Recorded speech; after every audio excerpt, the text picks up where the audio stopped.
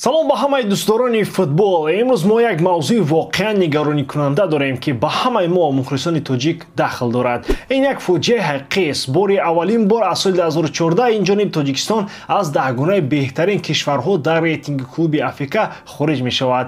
ин маънои онро дорад ки агар то охири сол Истиқлол ва Равшан натавонанд холҳои лозимаро ба даст оранд, пас аз мавсими 2026-27 клубҳои мо дар лигаи даъватии Африка, заифтарин мусобиқаи клубии Африка бозӣ хоҳанд кард. чаро ин муҳим аст? кишварҳое ки дар зинаҳои поёнтар аз 12-ум қарор доранд, наметавонанд клубҳои худро дар лигаи чемпионҳо ва лигаи чемпионҳои элита намояндагӣ кунанд ва танҳо дар лигаи даъват иштирок мекунанд. ин зарба ба обрӯ ва рушди футболи тоҷик аст, аммо мо имкони ислоҳ кардани вазъиятро дорем. агар шумо хоҳед ки аз ҳамаи хабарҳо ва таҳлилҳо бохабар бошед, бозингарони моро дастгирӣ кунед ва муваффақиятҳои онҳоро пайгирӣ кунед. ба канали телеграми мо ҳамроҳ шавед ки дар он ҷо мо ҳамаи рӯйдодҳои муҳими ҷаҳони футболиро баррасӣ мекунем. ссилкаи телеграм канал дар описаниеи ин видео. акнун дар ягон ҷо баъз ушнед, мо бошем сар мекунем. дӯстон, бозиҳо дар топ-5 чемпионатҳои аврупоӣ дар ҷӯшу хуруш аст ва моро як қатор рақобатҳои ҷолибу диданӣ интизор мебошад. барои бозам ҷолибтар гузарондани ин бозиҳо шумо метавонед аз хизматрасониҳои дӯстони мо аз Як-X истифода баред, зеро ин ширкат чандин сари сол мешавад ки кору фаъолият дорад ва беҳтарин шароитҳоро фароҳам меорад. танҳо дар мо ва танҳо барои шумо мо промо тайёр кардем бо номи AMG 0777 ки шумо метавонед дар вақти регистратсия кардан дар аввалин пардохти худ то ҳаҷми 8000 сомонӣ бонус ба даст оред. ссилкаи зарурӣ дар комментарияи ин видео. футбол бозиест ки пур аз эҳсосот, драма ва гардишҳои ғайричашмдӯш аст ва вақте ки дастҳои чун Ал-Наср ва Ал-Ҳилол ба майдон мебароянд, таваҷҷӯҳи мухлисон ба ҳар як ҳаракати туп ҷалб мешавад.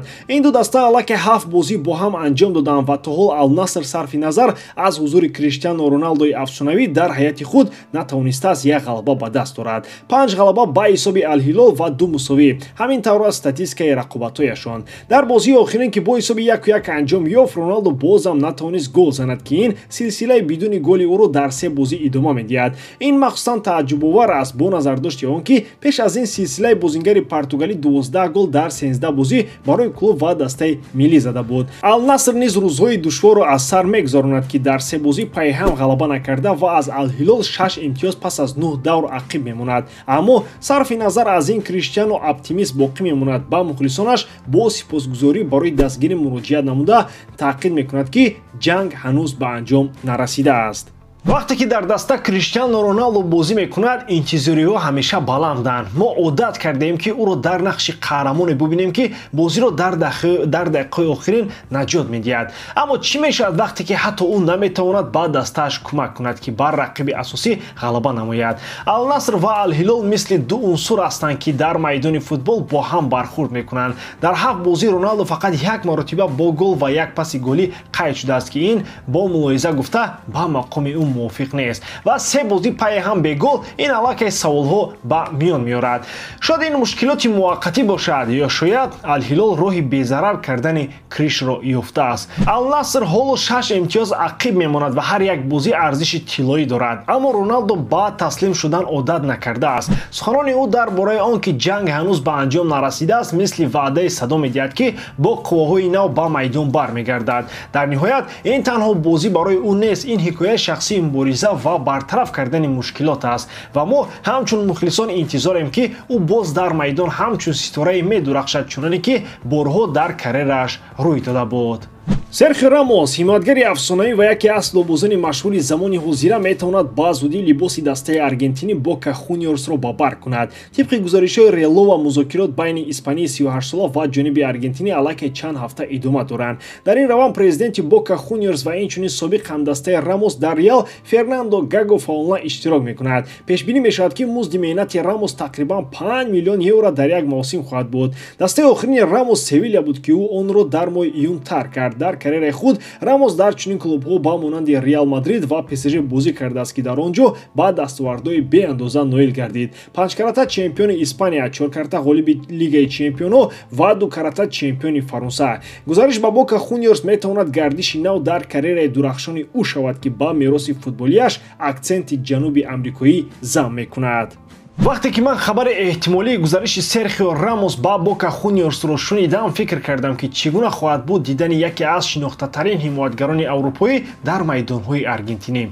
Рамос на танҳо футболбоз аст, балки рамзи як даврон дар Реал мебошад. Гузариши ӯ ба Бока метавонад як сенсатсияи воқеӣ шавад, зеро лигаи аргентинӣ бо ишқу муҳаббат ва атмосфераи эҳсосотияш машҳур аст. Ба ёд оред ки чӣ гуна ӯ дар Реал ва ПСЖ бозӣ мекард. Ҳамеша омезиши касбият ва харизма буд. Акнун тасаввур кунед ки ӯ бо мухлисони Бока чӣ гуна ҳамкорӣ хоҳад кард. Бале, 5 миллион евро дар як мавсим маблағи бузург аст, аммо оё он арзанда нест ки бубинем ки чӣ гуна Рамос ба бозии ҷануби амрикоӣ ками дурахши аврупоӣ зам мекунад. Шояд ин оғози боби нави карьераи ӯ шавад ки дар он ӯ метавонад таҷрибаи бузурги худро ба истеъдодҳои ҷавони аргентинӣ диҳад. дар ҳафтаҳои охир ҷаҳони футбол фаъолона дар бораи эҳтимоли рафтани Винисиус Жуниор аз Реал Мадрид баҳс мекунад. Пас аз он ки ҳамлагари бразилиягӣ натавонист тоби тиллоиро ба даст орад, дар матбуот овозҳо дар бораи норозигии ӯ аз футболи аврупоӣ пайдо шуданд.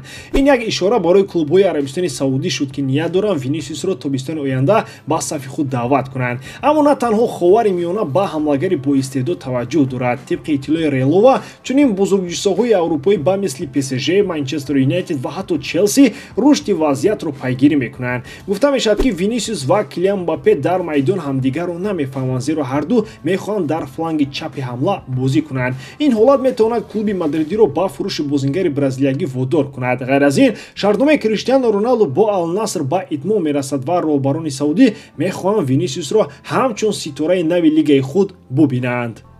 Пас дӯстони азиз, биёед дар бораи вазъияти Винисиус Жуниор суҳбат кунем. Пас аз он ки вундеркинди Бразилӣ туби тиллоиро нагирифт, таниш дар ҳаво овезон шуд. Тасаввур кунед, Винисиус ки ҳамеша чеҳраи ҳамлаи Реал буд, ҳоло метавонад Аврупоро тарк кунад. Арабистони Саудӣ албатта бедор аст онҳо омодаанд ӯро ситораи нави чемпионатҳои худ кунанд, аммо дар ин ҷо дар Аврупо мубориза барои Винисиус ваъда медиҳад ки гарму ҷӯшон хоҳад буд. ПСЖ, Манчестер Юнайтед ва ҳатто Челси мехоҳад ки ин ҷавонро ба даста орад. Ва медонед ки чизи ҷолиб чист? Мушкил дар маҳоратҳои ӯ нест, балки дар он аст ки ӯ ва Мбаппе наметавонанд фланги чапро тақсим кунанд.